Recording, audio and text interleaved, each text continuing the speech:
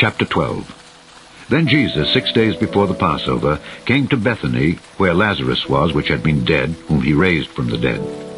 There they made him a supper, and Martha served, but Lazarus was one of them that sat at the table with him. Then took Mary a pound of ointment of spikenard, very costly, and anointed the feet of Jesus, and wiped his feet with her hair. And the house was filled with the odor of the ointment.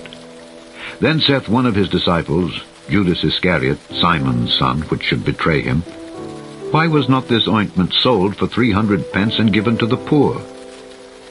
This he said, not that he cared for the poor, but because he was a thief, and had the bag, and bare what was put therein. Then said Jesus, Let her alone. Against the day of my burying hath she kept this. For the poor always ye have with you, but me ye have not always. Much people of the Jews therefore knew that he was there, and they came not for Jesus' sake only, but that they might see Lazarus also, whom he had raised from the dead.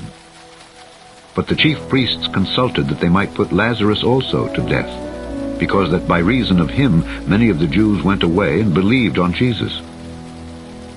On the next day, much people that were come to the feast, when they heard that Jesus was coming to Jerusalem, took branches of palm trees, and went forth to meet him, and cried, Hosanna! Blessed is the King of Israel that cometh in the name of the Lord. And Jesus, when he had found a young ass, sat thereon, as it is written, Fear not, daughter of Zion, behold, thy King cometh sitting on an ass's colt. These things understood not his disciples at the first. But when Jesus was glorified, then remembered they that these things were written of him, and that they had done these things unto him. The people therefore that was with him when he called Lazarus out of his grave, and raised him from the dead, bear record. For this cause the people also met him, for that they heard that he had done this miracle. The Pharisees therefore said among themselves, Perceive ye how ye prevail nothing? Behold, the world is gone after him. And there were certain Greeks among them that came up to worship at the feast.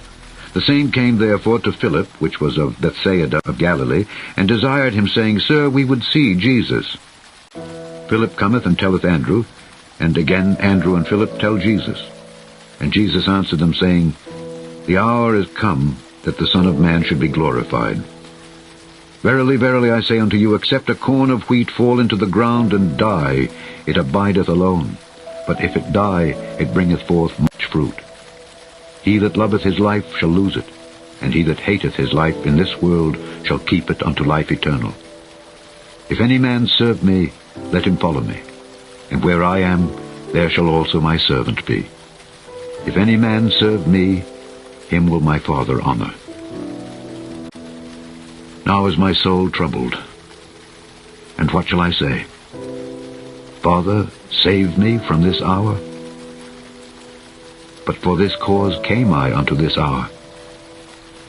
Father, glorify thy name. Then came there a voice from heaven, saying, I have both glorified it, and will glorify it again. The people therefore that stood by and heard it said that it thundered. Others said, An angel spake to him. Jesus answered and said, This voice came not because of me, but for your sakes. Now is the judgment of this world. Now shall the prince of this world be cast out.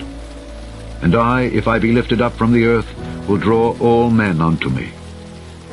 This he said, signifying what death he should die. The people answered him, We have heard out of the law that Christ abideth forever. And how sayest thou, the Son of Man must be lifted up? Who is this Son of Man? Then Jesus said unto them, Yet a little while is the light with you. Walk while ye have the light, lest darkness come upon you. For he that walketh in darkness knoweth not whither he goeth. While ye have light, believe in the light, that ye may be the children of light. These things spake Jesus, and departed, and did hide himself from them. But though he had done so many miracles before them, yet they believed not on him, that the saying of Esaias the prophet might be fulfilled, which he spake, Lord, who hath believed our report, and to whom hath the arm of the Lord been revealed? Therefore they could not believe, because that Esaias said again, He hath blinded their eyes, and hardened their heart, that they should not see with their eyes, nor understand with their heart, and be converted, and I should heal them. These things said Esaias, when he saw his glory, and spake of him. Nevertheless, among the chief rulers also many believed on him, but because of the Pharisees they did not confess him, lest they should be put out of the synagogue. For they loved the praise of men more than the praise of God. Jesus cried and said, He that believeth on me believeth not on me, but on him that sent me. And he that seeth me seeth him that sent me. I am come a light into the world, that whosoever believeth on me should not abide in darkness. And if any man hear my words and believe not, I judge him not. For I came not to judge the world, but to save the world.